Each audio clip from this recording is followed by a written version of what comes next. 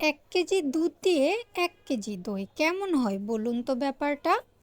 হ্যাঁ ভিউয়ার্স, আজকে আমি এই রেসিপিটাই শেয়ার করব।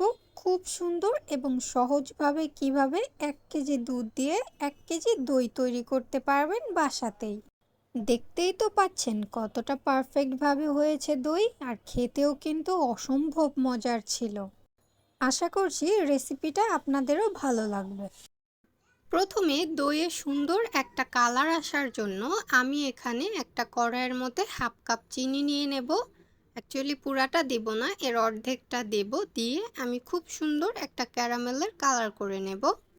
এভাবেই আমরা দইয়ে খুব সুন্দর একটা কালার এনে নেব। আর আজকে আমি ১ কেজি দুধের জন্য হাফ কাপ পরিমাণ চিনি ব্যবহার করছি, চাইলে আপনারা একটু কমও দিতে পারেন। তো ক্যারামেলটা হয়ে যাওয়ার পর ১ কাপ দুধ আমি এখানে ঢেলে দিলাম। যখন ক্যারামেলটা দুধের সঙ্গে খুব সুন্দরভাবে মিশে যাবে তখন আমরা এই পুরো দুধটা দিয়ে দেব। মানে ১ কেজি দুধ আমি এখানে একটা বলক করে রেখে দিয়েছিলাম অন্য চুলাতে, সেটা দিয়ে দিচ্ছি। দেখুন ক্যারামেলের জন্য কতটা সুন্দর একটা কালার এসেছে দুধের মধ্যে।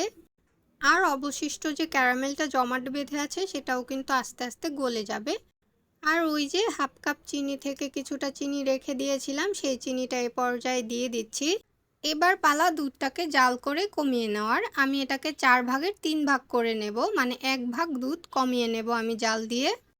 তো আমি এখানে দুধটাকে জাল করে ৪ ভাগের ৩ ভাগ করে নিয়েছি। আর এবার আমি এখানে ১ কাপ পরিমাণ গুঁড়ো দুধ দিয়ে দিচ্ছি। চাইলে আপনারা এখানে হাফ কাপ পরিমাণও দিতে পারেন, এতে কোনো প্রবলেম হবে না। আমি এখানে অল্প অল্প করে দিচ্ছি আর গুঁড়ো দুধটা খুব সুন্দরভাবে মিশিয়ে নিলাম।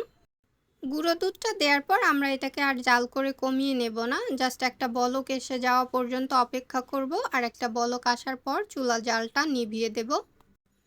আর চুলার জালটা বন্ধ করে তারপরে আমি এটাকে কুসুম গরম হওয়া পর্যন্ত অপেক্ষা করে নেব। ওদিকে দুধটা ঠান্ডা হতে থাকুক, আর এদিকে আমি ১ কাপ পরিমাণ টক দই নিয়ে নিয়েছিলাম আগে থেকে, আর এটাকে একটি ছাঁকনির উপরে রেখে পানি ঝরতে দিয়ে দিয়েছি। আর এদিকে আমরা চুলার যে দুধটা নামিয়ে রেখেছিলাম সেটাও কুসুম গরম পর্যায়ে চলে এসেছে। অবশ্যই কিন্তু একেবারে ঠান্ডা আবার কিছুটা বেশি গরম রাখতে যাবেন না, সেক্ষেত্রে কিন্তু এই দইটা দেওয়ার পরে দুধটা কেটে যাওয়ার সম্ভাবনা থাকে।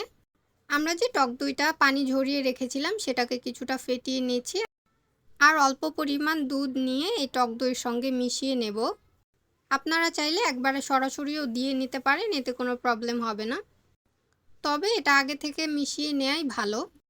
দেখুন দুধের সঙ্গে যখন দইটা এভাবে খুব ভালোভাবে মিশে যাবে তখন আমরা এই দইয়ের মিশ্রণটাই দুধের মধ্যে দিয়ে দেব।